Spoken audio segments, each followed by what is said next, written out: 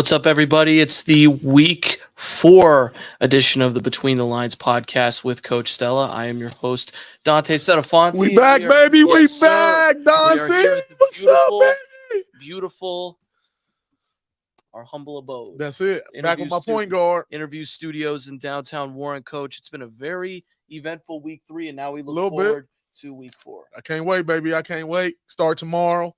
I can't wait, baby. Let's talk about it. And of course, our game of the week this week will be our Bueno Vista Cafe game of the week will be St. Ignatius versus Fitch. We'll get to that a little bit later. Yes, sir. But starting off with our game of the week of week 3, it was Warren G. Harding versus Farrell, an interstate or a cross-state rivalry, if you will, two of the more historic programs in the local area, Pennsylvania, Ohio, coming together. Now, Farrell, they did have an Ohio matchup last year. They lost in week 1 to early in the season. I believe it was week 2 against Ursuline at home, but they were able to get that Ohio dub against Harding. Coach Pegues.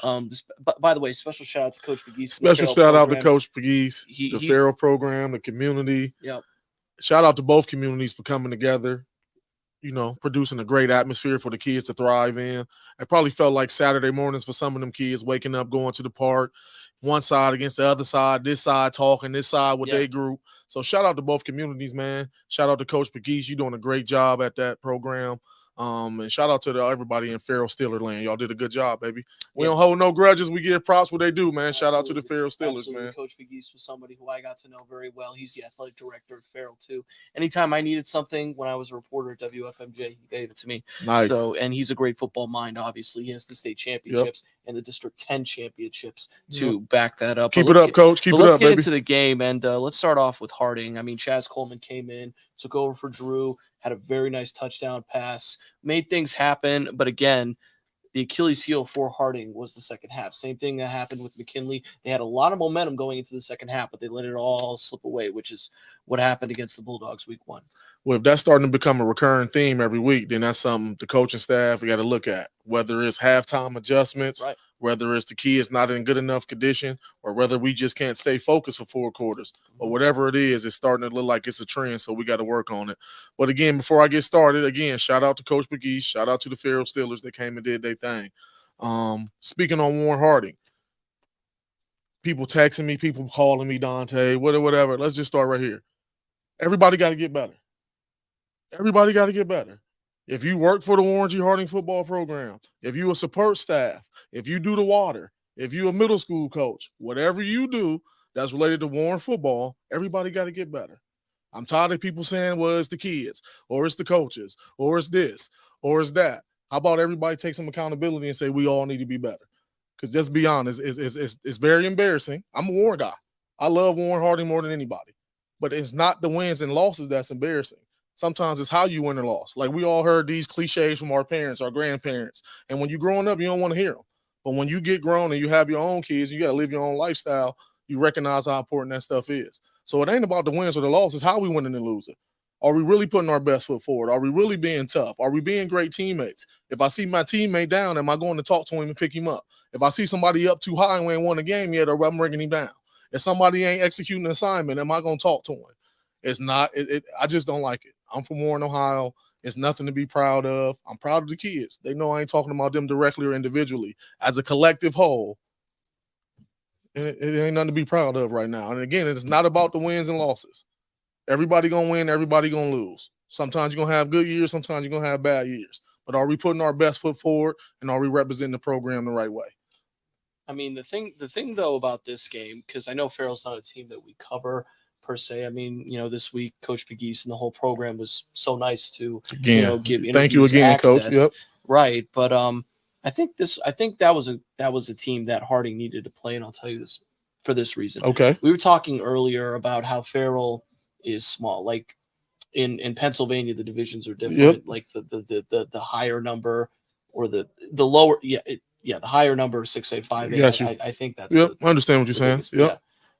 But it doesn't matter. Farrell's like you were mentioning the size of Kennedy, right, in terms of the roster size, and they went toe to toe with the Division II program. Absolutely. In Ohio. Absolutely. But the reason I bring that up is because, you know, Farrell has that excitement that I feel like Harding used to have. And again, I'm from Howland. That buzz. I'm from Howland, but I know how passionate Harding fans are, and how passionate this city is for the game of football. Absolutely. And I don't know if it's just because I'm getting older, but how old is you, Dante? I don't know. I love you to death. We ain't trying to interrupt the show. How old is you, Dante? I'm 24, but like when you're right though. School, what you saying? You're right though. When I was in high school, Harding was like this team that you had to say, "Oh my God, we're playing." The vibe, the buzz. But now I feel like teams are like not feeling that way. No, they're not like terrified of coming into Molotov Stadium. But the thing is with Farrell, you ask anybody in District 10 in Pennsylvania, Wilmington, Hickory, any of Kennedy Catholic, any of those schools, they're terrified to play. Terrified. Yep. And one of the reasons why they're terrified is because there's so much good energy with their program. Aside from being great, there's so much good energy. And I'm just alluding to the point that you just made. Yep. There needs to be a collective, urgency within every aspect of the Warren G. Harding program, the way there is with Farrell. Absolutely. You know what I'm saying? That's what I'm alluding to. Absolutely. It got to be accountability by everybody. And I agree with everything you said. And before we move on, Dante, and talk about the next game, this last thing I'm going to say, and I'm talking to the players in Warren. Little Raiders, Little Panthers, middle school, freshmen, JV, varsity. I tell my kids in Highland, JFK, Liberty, wherever I be. At the end of the day, you playing for two sets of people first. Normally on the front of your jersey, it say what? Whatever your school name is. Right. Now, you don't have names on the back, but let's imagine there's a name on the back. So at the end of the day, when you step on them lines, how are you going to represent your city? How are you going to represent your family? Correct. And again, it's not about wins and losses. Correct. If we're going to lose, I guarantee the person that's playing on the other side of me going to shake my hand and respect the you-know-what out of me. I guarantee you, this ain't a shot at nobody. This is the truth. I guarantee you when the Farrell Steelers shook their hand, there wasn't a lot of respect there.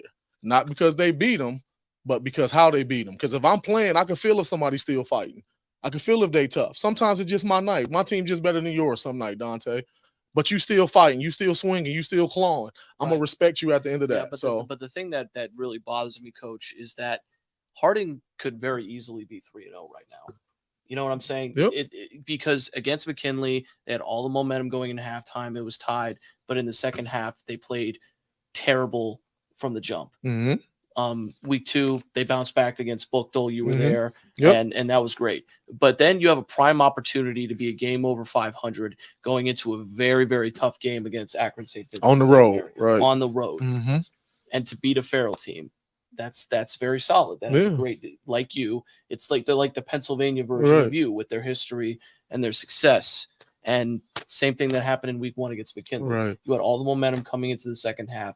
And you played a very good first half. Harding was very good on special teams. That's what stood out to me. They played great in the first half, and in the second half, it was just flat. So they need to be a second half team. And I think Steve Arnold, that he needs to stress that. Yeah, something they got to figure out. Again, it's one of them things that's hard to figure out what it is if we're not there every day, but we know we can see it's a problem. You can't not score in the second half. You can't do it. Playing teams like McKinley and Farrell. You can't do it. You can't do it. And to piggyback off your point, especially you had a chance to win. You win at Bookdale, had a chance to get another win, and got 2 games going into Akron St. V's. You feel a lot better about yourself with some better momentum, like you said. But again, it's still early. A lot of season left. All the kids in Warren know I love you. I'm going to support you to the end. Absolutely. But we got to get better. We got to get better. Same with me. All right.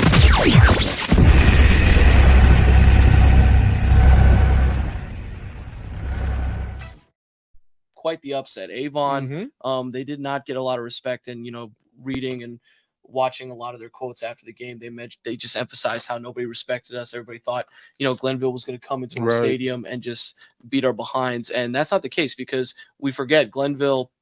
No dissing to Glenville, but they're D4, Avon's up. D2, I believe. I could be wrong, but they proved why they were a D2 team, and their quarterback showed great leadership, and I was very impressed by what I saw with Avon. We might need to consider going to one of their games for our game of the week in the future, because they're very good. Yeah, they're very good, real good program, like you said, Dante. Another little note is Glenville beat them last year close. It was a close game last year, and Glenville got them.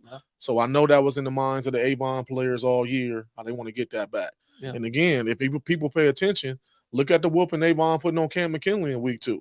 On this podcast, y'all been hearing us talk about what Cam McKinley did to Warren Harding in week 1. Yeah. Go look and see what Avon did to Cam McKinley in week 2, and then backed it up with a home impressive win with Glenville. If that don't get your attention in the Northeast Ohio, I'm sure it won't. Now, I know the coaches and the people that follow football, I'm sure they was already following Avon.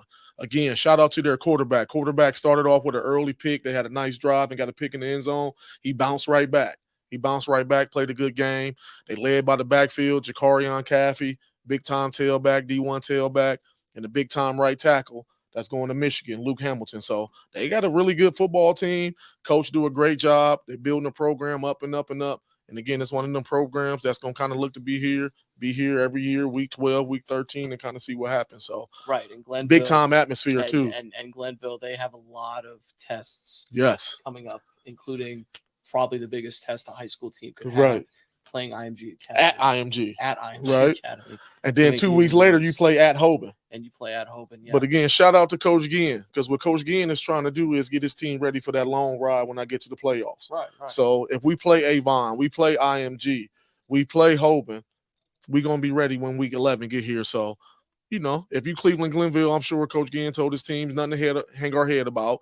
We lost tonight to a good football team, but we're still a good football team. Absolutely. Let's go watch film and clean up the things we need to get better at. And we're a dangerous, dangerous team. So, no doubt. Again, to be able to play at Avon in week 3 and come out pretty healthy, nobody got hurt. Even though they lost, I know Coach Ginn probably feeling good about how much better that got his team going into week 4 and beyond. Yeah, no question. You got to keep your eye on Avon. I'm telling you. Yeah. Hey, undercover too, Dante. I like their unis.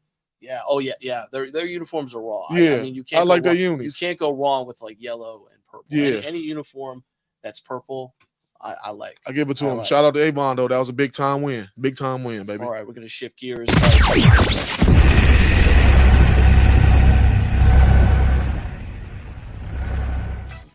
Central Valley out of Pennsylvania in their home opener at Falcon Stadium, and they sort of laid an egg. And it was disappointing because in week 1, they played pretty much perfect on the road at Euclid. Well, they repeated that week 1 performance, but this time, instead of doing it in Cleveland, they did it in the city of Canton, and they shut out Glen Oak. And it's a great prelude to their biggest test of the season so far when they play St. Ignatius this Friday, which we'll get into in a minute. But the thing with Fitch is, and TJ Parker, this is just a credit to TJ Parker. He's such. Shout out TJ. What up, baby? Absolutely. We were able to talk to him today. By the way, our interviews with him will be on the interviews. Stay tuned. YouTube channel very soon. But anytime you talk to him, and this is the vibe that I've always gotten when I talk to him, he's very, very calm. And sometimes that can be bad. I know a lot of Browns fans have that problem with Kevin Stefanski being too calm, but you don't want to be, too dramatic. Right. And if I had to describe TJ Parker in a couple words or a sentence, is he's not dramatic. Absolutely. He knows what he needs to say to his team. He knows what he needs to say to his players. And I feel like he did that in the Glen Oak game. He said, you know what? I know it's really too early to be worried about, playoff computer points, but, losing. And I know this is crazy for him to say, oh, well, this loss doesn't matter, because it does. Right. But in the grand scheme of things, you know what? We took a bad loss here, fellas, but we're going to go on the road. We're going to play a familiar opponent, and we're going to use that energy to fuel us for the Ignatius game. And then we're going to really get into the heart of our schedule. You know what I'm saying? Absolutely. I feel like that's just the message he was sending to his team. It's week 2. We're a great football team, and, we shouldn't let, something, just blow up the whole season, because there's a lot of people in Austin town that I feel like, would get too dramatic after that game, because as passionate as Raider fans are, and Ursuline Irish fans are, and Glenville fans are, Fitch fans are probably just as passionate. It's Northeast Ohio. I guarantee you probably 95% of the communities are like that. That's just what we do in Northeast Ohio. But I really was impressed by what I saw by Fitch, because again, in Ohio play, where the computer points, matter. They haven't given up a point to a single team yet. Right. That's great going into St. Ignatius. It is. That's great for your confidence level. It is. And I agree with you, Dante. TJ is normally a calm guy. And I think the thing is, with a coach, with your head coach, you want him to be calm anytime you're dealing with adversity, so the kids can stay calm. But more importantly, you want the head coach to be him. And that's TJ. You know what I mean? TJ ain't a really fiery, rah-rah guy. If you ever talk to TJ outside of football or anything, he's always just kind of calm, cool, and chill. So you want him to be more so to that side, because that's what his natural personality is. Me, on the other hand, if it's me, I probably might be a little bit more fiery. but it's going to be times that I got to be calm, cool, and collected. So TJ do a great job with that. To piggyback off your point, I think they did a great job going and getting on the bus, driving to Canton Glen Oak, making it a business trip, getting off the bus, being ready to play, smacking them in the mouth, get back on the bus, let's come home. And let's get ready for this juggernaut we got coming in next week in St. Ignatius. So I think that's credit to the Coach Parker and the staff. They got their team ready because it's hard to get young kids back focused after they lose a game they weren't expecting to lose. So that shout out to Coach Parker and the staff. They got them refocused. I'm sure that film study was probably hard to watch, but that's what made great players and great teams. They have 2 great road wins. Yeah. At Euclid, at Glen Oak. Against farther away opponents to start off their season. That's great. And different type of wins. You go to Euclid is a different type of environment with a different type of athlete. You go to Glen Oak, it's a different type of environment with a different type of athlete. But they both fiery environments, good programs that's mostly good every year. So again, shout out to Fish, shout out to Coach Parker, shout out to his staff. But again, they handled their business. They did what they were supposed to do. I'm sure the week 2 loss got all of their attention, staff, players, community, but they're still a good team. It's still early. And I'm sure Coach Parker will always be able to go pull out that week 2 tape if his team get to feeling themselves at any time. So you never want to lose to be able to make that point, Dante. If your team start feeling themselves, and I'm not saying that's what happened, but I'm saying down the road, if he see his team kind of feeling themselves losing focus, I'm sure he'll reference Central Valley, PA, or week 2 real quick. So, hey, shout out to the Fish Falcons. I kind of low-key got that vibe in practice, filming it and just seeing how they were handling, this game. Absolutely. This walkthrough before the Ignatius game, and I think they're going to come ready to play tomorrow. Hey, and they know they have to.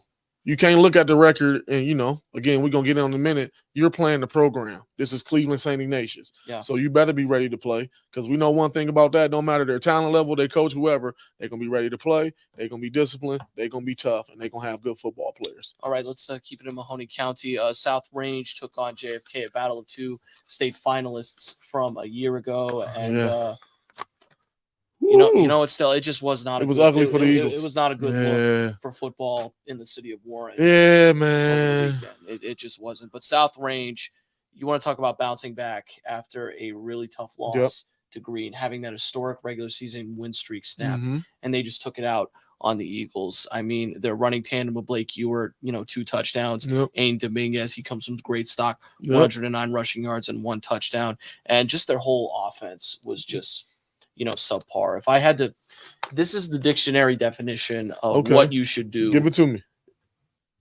I'm just saying, this is the way South Range played. That's the dictionary definition of what people mean by a bounce back win. Yep. It's going to make their confidence go through the roof. And again, just like we was talking about, Dante, we was just talking about Fitch. Shout out to Coach Rock. Shout out to his staff. They did a good job getting them refocused. Yeah. And I'm sure a coach might not want to say this, and you never want to lose a game to make a point, but I bet you he ain't mad that winning streak is over as far as his kids' attention to it. Not as far as him wanting them to, to have that and have accomplishment, but I coach teenagers. They get caught up in stuff like that. So I'm sure he happy that's over as far as his team focusing on the streak, and we could just focus on football. Like you said, shout out to the offense, Tristan Toy. He got the dynamic duo behind him. They went to work. We're going to talk about them here a little bit sooner. Coach Rock is the head coach, defensive guy, so he want to run that ball. He want to play defense. He got a dual-threat quarterback that can pass and throw. Again, they lost, but they lost to another team that's another good program in Northeast Ohio. So they lost to Green. It's like, you clean your wounds, you lick yourself up, you go watch the film, get better, and they went and took it out the next week. And then, unfortunately, it was JFK. But, hey, man, shout out to the South Range Raiders, man. They're a big-time program. Like you said, that's a great bounce-back win. And, again, a lot of times that give me insight into the coaching staff. That give me insight into the coaching staff. Because players competitive, they always going to want to bounce back. But I can want to bounce back and still go out there and make the same mistakes. So they had them ready, and they corrected their mistakes. And big-time win to the South Range Raiders, baby.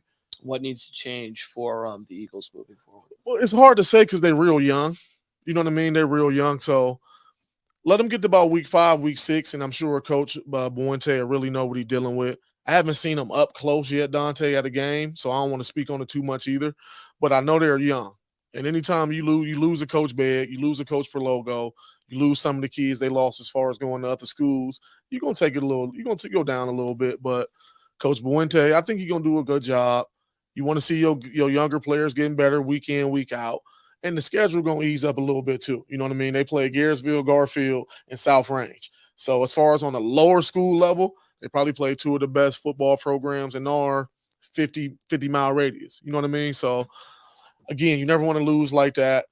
You just want your young players to keep working, keep getting better. And if they're not getting better in week 7, week 8, then I'm worried because you're not getting better, and we got to carry that into the offseason. So sometimes you're just in the wrong place at the wrong time, Dante. I guess so. And unfortunately, both Warren teams was this week. So I guess so, Coach. Now we get to our last game breakdown of week 3, our other Buena Vista Cafe game of the week that you were at. You were at Historic Reign Stadium, Coach. Yeah. As the West Siders, Cheney, took on Boardman. Now they have a unique schedule because after their disappointing week 1 loss to Akron East, they did have a bye. And we talked about on the pod, Coach Antrim and them bouncing back. And they definitely did, against in-county rival like the Spartans. They're in their home opener. They defended Ray, and that was the big thing. If you read the Vindicator the next morning, that that was the big thing. Defending Ray and Stadium, defending that field, defending that turf, and that's what Cheney did. And Boardman, they are not off to a great start. It's so it's a little rough right now. Yeah, but Cheney, the big story here is Cheney because maybe that's like the best time of the year for them to have a bye. You say, oh, why would you want to have a bye so early? Maybe I feel like Coach Antrim, this is a godsend. It was a perfect time. And you could tell they came ready to play because, if you watched any highlights that the news did, if you read anything or looking at any of the coverage that we did, you could tell that Cheney was on a mission and they bounced back. You could tell, like you said, Dante, you could tell it was a team that lost week 1, had a bye week 2, and they just had a bad taste in their mouth. They just had to get it out. And again, shout out to Coach Antrim because he did a good job. Their boys was ready to play. They was ready to play. And again, I know they want to get that nasty taste out of their mouth. As far as schematics and details watching Cheney, it seemed like they was trying to get that running game going a little bit more and not with Matt Jones. We know how good Matt Jones is, one of the better athletes we got in the area. But they got Juwan Harmon going. They got Bryce going. They got a lot of like a thunder and lightning type duo going. Of course, it's not as good as Reggie Bush and Lindale White when they was at UFC, but a bigger back, smaller back dynamic that could take some of the pressure off Matt Jones. I tell you this, though, Dante, watching them, if they get a big-time receiver, they got some young talent. You can tell they're trying to work their way through it. If one of them young receivers step up, it could be a consistent playmaker on the outside. They're going to keep really getting better and better and be that scary team everybody always scared to play. Right. Defensively, they ran a hit. They do what Cheney do. They ran to the ball. They hit. Hey, I got to give a shout-out to Elijah Carter, baby. They don't talk about D lineman too much. Hey, man, this dude a beast. And I'm saying he a beast because I ain't going to put your height and weight out there like that. But I'm guessing he's 6'1", 200, 210. Man, teams can't block him, man. And he loved football. He loved the game. You could tell he one of them kids. He just loved it. So he had a big-time game last week, 3 sacks, 3 tackles for loss. Team player on the sideline. He always that one bringing energy, picking his teammates up. So shout out to Elijah Carter, baby. I seen you doing your thing. Shout out to the Cheney Cowboys. Y'all did your thing, way to bounce back and get that nasty taste out your mouth. And I believe their game tomorrow is against Mogador.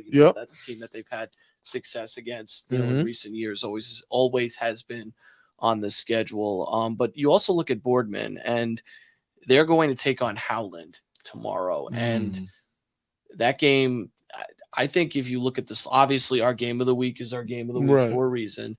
But if you look at the games that I'm most intrigued by, that's an interesting one. This one, I mean, it's a battle of winless teams. You have a team that lost but has some positive momentum in Howland. They played Hubbard, very well. There were a lot of bright spots, from what I've read, in what happened and watching highlights. There was a lot of positives in that game. And shout out to Coach Jones for that. Coach Jones doing a good job, baby. Keep grinding. For real. Keep grinding. He is. But Boardman, I mean, the game's going to be at Spartan Stadium. Yep.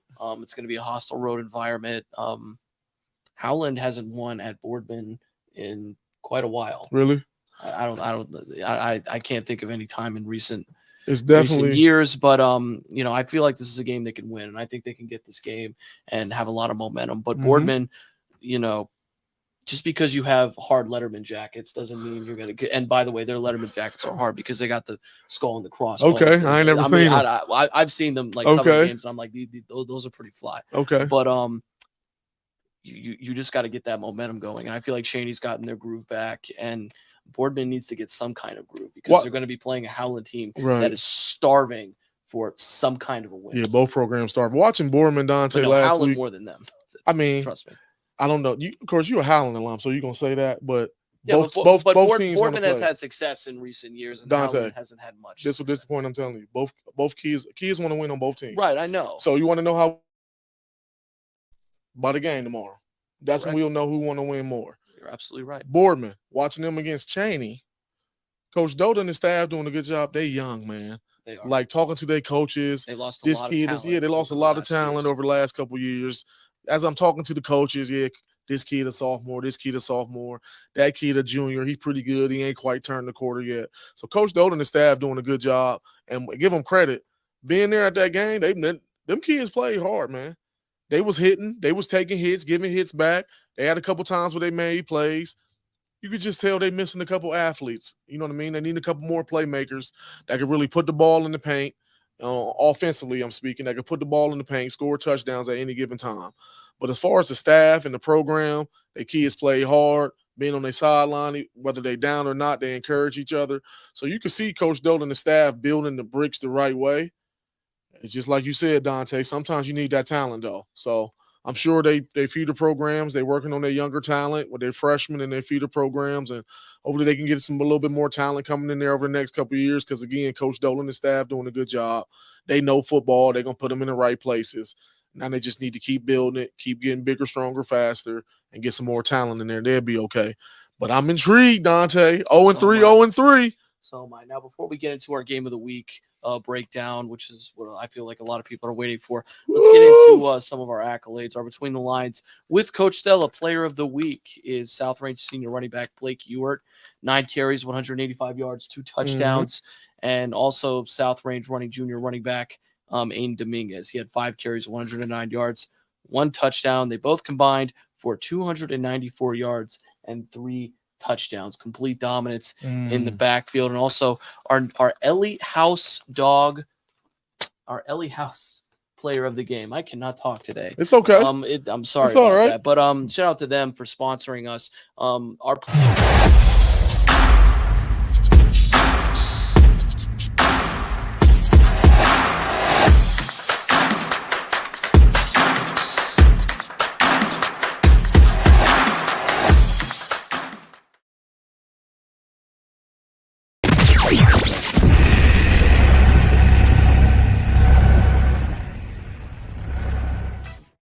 So shout out to Cabron again, our Ellie House player of the game. Harding versus Farrell. Cabron Smith, 11-17, 169 in the touchdown. So shout out to Cabron. Now, our Coach Stella player of the week, I had to give it to both of them, Dante. They both play in the same backfield. We just said it. They combined for 14 carries, 294 yards, 3 touchdowns. And I'm pretty sure by looking at the score, they probably only played 3 quarters. So imagine that. Whoever they play next week, can you imagine having a game plan for that? One back get 9 carries, over 180 yards. The other back get 5 carries, 109. And the quarterback can run. Tristan Toy can run also. So don't be surprised if this is his week right here, Dante. They might be eyeing on them, keying on them, and he might have a big week. So, again, one more time, our Ellie House player of the game, Cabron Smith. Salute you, baby. You did your thing. Way to bring your team from Farrell to a hostile environment, get the win, and he expected to get that win. So, again, our Ellie House player of the game, Cabron.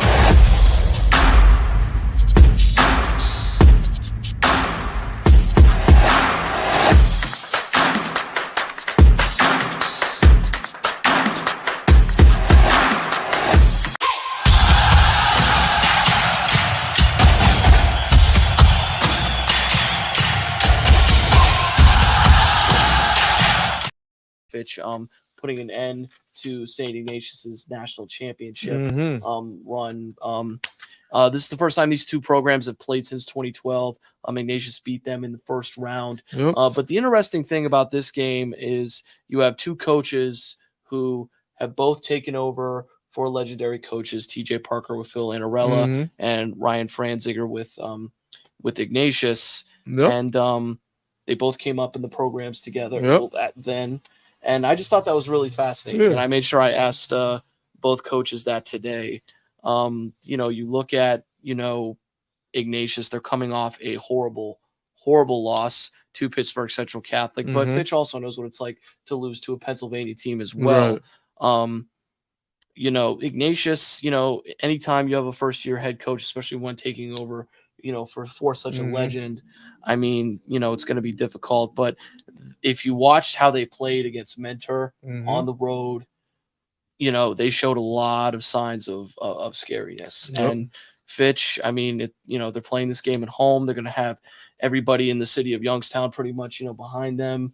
So, this is going to be a good atmosphere. St. Ignatius travels well. Absolutely. They do. Absolutely, Dante. And then, I mean, it's at that point where it's our Bueno Vista game of the week, because all we got to say is St. Ignatius versus Fitch. Most people that know football, you ain't got to say much more. Yeah. St. Ignatius at Fitch, especially.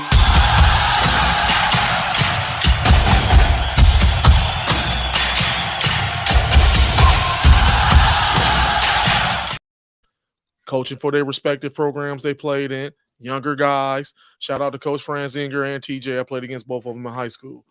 I expect the atmosphere to be electric. I expect both student sections going crazy. I expect both sides to be packed. And it's going to be one of the better football games in Northeast Ohio. 2 good coaching staffs, 2 good football teams, a lot of good football players. It's going to come down to who can make the less mistakes. Halftime adjustments, I always talk about it. Halftime adjustments, which coaching staff can go in there and regroup their kids and get them focused, and who can make the proper adjustments so their kids can be in better position in the second half to make plays and win the game. I'm excited. We all love football in Northeast Ohio. It's St. Ignatius at Fitch. A couple things I'm looking forward to. I'll give you one intriguing question I got for both sides, Dante. All right. If you St. Ignatius, okay, if you St. Ignatius, can you keep up with Fitch's skill? Can you slow the game down and make them play a slugfest type game? And if you Fitch, can you handle Iggy's trenches? If you look at Fitch, I talked about it in the preview, they struggled with Maslin last year. The PA team they lost to this year was like a ground and pound type team. So if you want to beat Fitch, the type of teams that normally give them problems over the last couple of years, is team that could play with tight ends, old school, try to shorten the game and run the ball down your throat. Because Fitch got skill and they got athletes. They want to get the game at a faster pace so they can get more plays. They figure the more plays they get, the more plays their playmakers are going to make, which is probably going to happen. So something intriguing to watch from a coach's eye is which team can get the other team to play their style of football. Right, absolutely. And you look at Fitch, can they handle Ignatius up front? Can Fitch be balanced offensively? I mean, they've proven that in their 2 wins this season. Yep. But again, hate to keep beating a dead horse, but it is Ignatius. But this is a golden opportunity for Austintown to take the regular season, where it's never been before. I mean, if we're being honest with ourselves, this is a down year for Ignatius. This isn't what we've seen in years past from this program. Losing 47-6. I don't care if the team is from Alaska, that never really happens to the Wildcats historically. And the game's at home. And I feel like TJ Parker, and I asked him this today, what a win like this would mean going forward as you get into really the heart of your schedule, where you play Maslin, where you play Ursuline, just what this, win would do confidence wise. And, it's just that name, St. Ignatius, if Fitch can, knock them off tomorrow night, I really, truly believe, and we talked about this in the preview, if they can get this win tomorrow, this is really going to, boost their confidence. Absolutely. And if they can win in a decisive way too, that would be just, I think that, their heads will be in like a really good place. A place that pitch football really hasn't been before. Absolutely. If they come out tomorrow night, Dante, play well, take care of business, they won't forget week 2, but week 2 will feel like 10 weeks ago. Right, exactly. You know what I mean? If that happens. So, again, let's see if we could do that.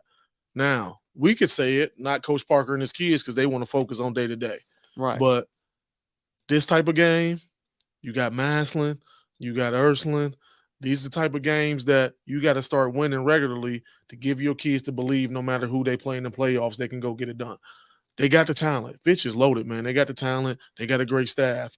And it's just taking them increments, just taking them small steps to try to be a state champion. It's almost like NBA. It took LeBron, 7-8 years? It took Mike 7-8 years. So a lot of times you got to go through some adversity. It's tough. It's going to suck.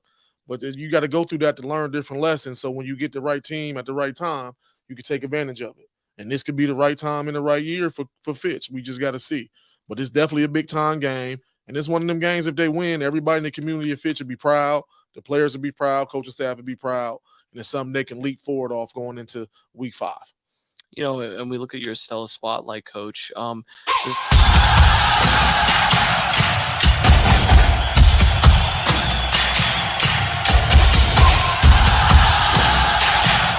Absolutely. Just, you know, what exactly, you know, what sticks out about those two? So when you're looking at, again, shout out to Sean Mark. Congratulations on your commitment to Lido. He's a kid about 6 feet, 180, 185 pounds, plays tailback and corner. When I watch this film, I think he'll probably play DB in college. But when you watch him offensively, he's a one-cut guy. He got long speed. He's a long strider. He one of them kids don't look like he's moving that fast, but he's covering a lot of ground. I think he's better at corner. But anytime you sign a Division I scholarship to play football, I don't care where you playing at, you're a good football player. You're a really, really good high school football player. So shout out to Sean Martin, big-time player. Can't wait to see him play tomorrow night. And then on the other side, we got DJ Williams, committed to Ball State. DJ, another one of my favorite players in the area. The last couple of years, he had to share carries. Their backfield always loaded. But he's the man now. He's the bell cow. I just like his game. I think DJ can be one of them kids that ain't really highly, highly recruited. But if we look 3-4 years from now, I won't be surprised if he at the NFL Combine and go have a productive college career and leapfrog forward. So DJ is a shorter kid, but muscular. He's got good speed for his size. He's the type of kid, if he get it 20, 25 times, it's going to be a big, big night. Some kids just got a knack for big plays and seem like DJ one of them kids. So I love DJ's game. Shout out to you, DJ. Congratulations on your commitment to Ball State. That's our Stella Spotlight for this week. We're going to try to spotlight somebody from the game of the week every week and go like that. So shout out to them two kids. Again, Sean Martin committed to Toledo and DJ Williams committed to Ball State. Congratulations, baby. All right, that wraps up our week 3 edition of Between the Lines with Coach Stella. We look forward to week 4. There's so many intriguing matchups that await us tomorrow. But again, the game's getting better. But again, interviews. We'll only be at one game this week, and that will be St. Ignatius taking on. Shout out to Slim. So be sure to check us out. Shout out to L Boogie. Yeah, absolutely. Shout out to the squad. Y'all can't see him right now. Interviews TV, Warren, Ohio. You know what? I love y'all, baby. Absolutely. We'll see you tomorrow in Austin Town, folks. We out. Austin Town. We'll be there.